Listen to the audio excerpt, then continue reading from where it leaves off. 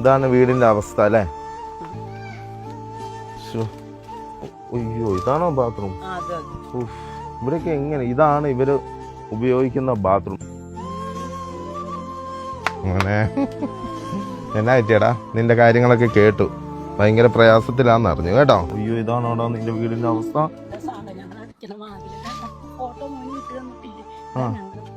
അതായത് അടയ്ക്കാൻ ഒരു വാതിൽ പോലും ഇല്ലാത്ത വീട്, തുണി കൊണ്ട് അടയ്ക്കുന്ന ഒരു വീട്. ഇതാണ് വീടിന്റെ അവസ്ഥ അല്ലേ? സ്കൂളിൽ കളിയാക്കുവാണോ പിള്ളേര് ഈ വീട് കണ്ടിട്ട്? കൂട്ടുകാരെ, കൊച്ചിന് വിഷമാവോ? തൃശ്ശൂർ ജില്ലയിലാണ് ഞാനിപ്പം വന്നിരിക്കുന്നത്. ഈ കൊച്ചിൻ എന്നെ ഒരു വീഡിയോ അയച്ചു തന്ന് കൊച്ചു പറഞ്ഞു, അച്ചാച്ച ഞങ്ങളെ ഒന്ന് കാണാൻ വരുന്നില്ല. കുറേ പ്രാവശ്യം മെസ്സേജ് അയച്ചു, വീടില്ല കാര്യങ്ങളില്ല. പക്ഷേ ഞാൻ വന്നപ്പോൾ ഇത്ര അവസ്ഥ മോശമാണെന്ന് എനിക്ക് അറിയില്ലായിരുന്നു. ഇതാണ് അവസ്ഥ. നിങ്ങൾ ചിന്തിച്ചോണം. ഈ വീടിന്റെ അവസ്ഥ നിങ്ങൾ നോക്കിക്കോണം. ഇതാണ് വീട്. ഇത് വീടെന്നൊന്നും പറയത്തില്ല, ചുമ്മാ ഒരു ഷെഡ്. ഈ വീട് നമുക്ക് ഇവരെയൊക്കെ ഇങ്ങനെ ഇട്ടിട്ട് പോകാൻ, അത് ഏത് ജില്ലയിലായാലും കേരളത്തിന്റെ ഏത് ഭാഗത്തായാലും അച്ഛനെ ഓടി വന്ന് ചെയ്യുന്നത് നിങ്ങൾക്ക് അറിയാമല്ലോ എന്തിനാന്ന്. ഈ കൊച്ചിന്റെ അവസ്ഥ കണ്ടു, കൊച്ചു ഭയങ്കര വിഷമം. അല്ല മോനെ, പാചകം ചെയ്യുന്ന പോലും എങ്ങനെയാന്ന് എനിക്കറിയില്ല. അതാണ് ഈ വീടിന്റെ അവസ്ഥ. ഭക്ഷണം പോലും കഴിക്കാനില്ലാത്ത അവസ്ഥയെന്ന് അറിഞ്ഞു. അതുപോലെ തന്നെ മോനാണെങ്കിൽ പഠിക്കാൻ പോലും പറ്റുന്നില്ല, കാരണം മെഴുകുതിരി രാത്രി, കാരണം വെട്ടയില്ല. എഴുതി വരുന്നത് കുട്ടി കിടക്കുന്നതിന്റെ എവിടെയാണ്. ഞാൻ അവർക്ക് അവിടെ നിന്ന് കാണിച്ചു കൊടുത്തു. ഒരു മാടം ഉണ്ട്, വെയിലും പാമ്പും എപ്പോഴും ഉണ്ടാവും. പാമ്പുണ്ട് അല്ലേ?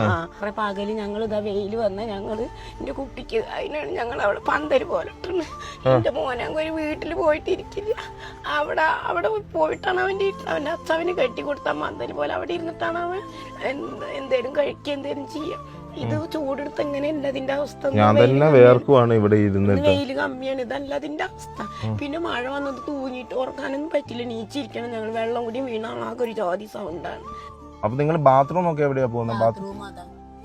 ഏത്? അയ്യോ, ഇതാണോ ബാത്റൂം? ഇവിടെയൊക്കെ എങ്ങനെ? ഇതാണ് ഇവര് ഉപയോഗിക്കുന്ന ബാത്റൂം. നിങ്ങൾ ഓർത്തോണം, ഈ അവസ്ഥയിലാണ് ഇവർ. ഇതിന് ബാത്റൂം എന്നൊന്നും പറയാൻ പറ്റില്ല. എല്ലാം മറിച്ച് ഈ കൊച്ചും ഈ അമ്മയും അതുപോലെ തന്നെ അച്ഛനും എല്ലാം പോകുന്നത്. അച്ഛനാണ് വെറും 40 രൂപയ്ക്ക് തെങ്ങേറ്റത്തിന് പോവാണ്. അതാണ് അച്ഛൻ്റെ അവസ്ഥ. ആ കാശ് കൊണ്ട് ഇവരെങ്ങനെ ജീവിക്കും? ഇവരുടെ ജീവിതം എന്തായിരിക്കും? മോന് സ്കൂളിൽ നിന്നാണ് ഇത്ര ദിവസം ഭക്ഷണം കിട്ടിയത്, ഉച്ച ഭക്ഷണം. ഇപ്പൊ പിന്നെ 2 മാസം അവര് ഫുഡ് ഇല്ല. ഇത്രയും ദിവസം ഫുഡ് കഴിച്ചുകൊണ്ടിരുന്ന മോൻ്റെ സ്കൂളിൽ നിന്നാണ്. ഇപ്പം മോന് വെക്കേഷനായി, അറിയാലോ, നമ്മളെ സ്കൂളുകളൊക്കെ അടച്ചു. ഇപ്പം ഫുഡ് കഴിക്കാൻ അതും നിവൃത്തിയില്ല. അങ്ങനെയാണ് ഈ ഫാമിലി താമസിക്കുന്നത്. നിങ്ങളെ വഴിയിട്ട് പോകാനല്ല, നിങ്ങൾക്ക് വീടിൻ്റെ ഒരു ധനസഹായവും തന്ന് നിങ്ങൾക്ക് ചിലവിനുള്ള കാശും തരുവാണ്. നിങ്ങൾക്ക് ഇത് വീടിൻ്റെ ധനസഹായമാണ്. അതായത് നിങ്ങൾക്ക് ഇത് വെച്ച് കാര്യങ്ങൾ നടത്തുക. കൂടാതെ നിങ്ങൾക്ക് വീട്ടിൽ ചിലവിനുള്ള കാശും ഞാൻ തരുവാണ്. കൂടാതെ എൻ്റെ പൊന്നുമോൻ അച്ഛനോട് ഒരു കാര്യം പറഞ്ഞു, സൈക്കിൾ വേണമെന്ന്. അച്ഛൻ അത് ചെയ്ത് തരും കേട്ടോ. നമുക്ക് സൈക്കിളും മേടിച്ചിട്ടേ പോവുള്ളൂ. വാ മോനെ, വണ്ടി കയറിക്കോ വെച്ചു.